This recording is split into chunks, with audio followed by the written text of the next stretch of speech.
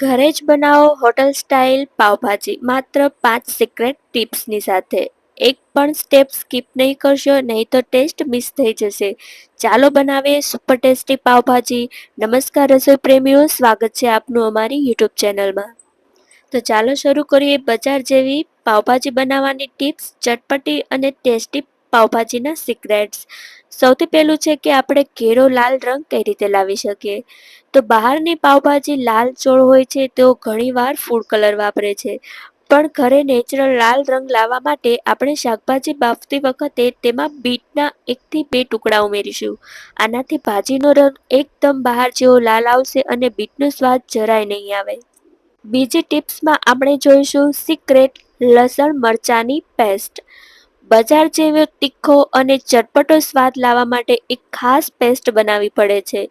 સૂકા લાલ કાશ્મીરી મરચાંને ગરમ પાણીમાં પલાળી રાખો. ત્યારબાદ તેને લસણની કળીઓ સાથે પીસી લો. જ્યારે તમે કાંદા ટામેટા સાતળો ત્યારે આ લાલ લસણની પેસ્ટ ઉમેરો.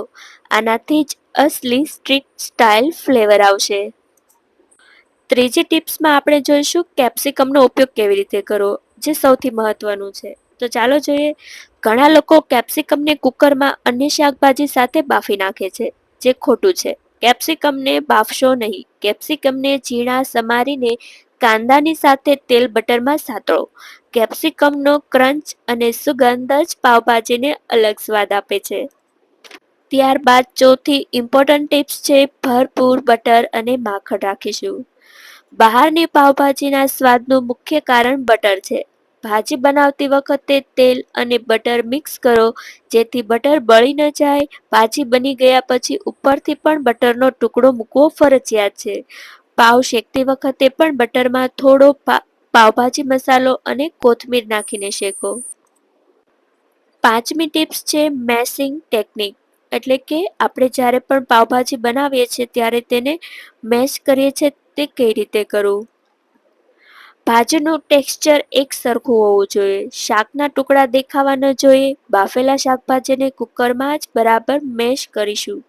ત્યારબાદ કઢાઈમાં મસાલા સાથે મિક્સ કર્યા પછી પણ પોટેટો મેશરથી તેને સતત ઘૂંટતા રહીશું. જેટલું વધારે મેશ થશે તેટલો સ્વાદ સારો આવશે. અને લાસ્ટ અને સૌથી ઇમ્પોર્ટન્ટ ટિપ્સ છે કસૂરી મેથી અને કોથમીર. ભાજી તૈયાર થઈ ગયા પછી તેને છેલ્લે હાથથી મસળીને કસૂરી મેથી ખાસ ઉમેરો. રેસ્ટોરન્ટ જેવી સુગંધ આનાથી જ આવે છે.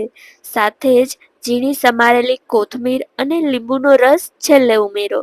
આ એક ખાસ અને ઇમ્પોર્ટન્ટ ટિપ્સ છે, જેનાથી ભાજીનો ટેસ્ટ બમણો થઈ જાય છે. તો રસોઈ પ્રેમીઓ, કેવી લાગી આ ટિપ્સ અને ટ્રિક્સ? આશા છે કે તમને આ પાવભાજીની સિક્રેટ ટ્રિક્સ ગમી હશે. ઘરે બનાવીને જરૂર ટ્રાય કરજો અને કમેન્ટમાં લખજો કે ટેસ્ટ કેવો આવ્યો. જો તમને આવી જ હોટેલ સ્ટાઇલ રેસીપી શીખવા માંગતા હો તો લાઈક કરો, ચેનલને સબસ્ક્રાઇબ કરો અને બેલ આઇકન દબાવી દો. ફરી મળીએ એક નવી જ સિક્રેટ રેસીપી સાથે. ધન્યવાદ.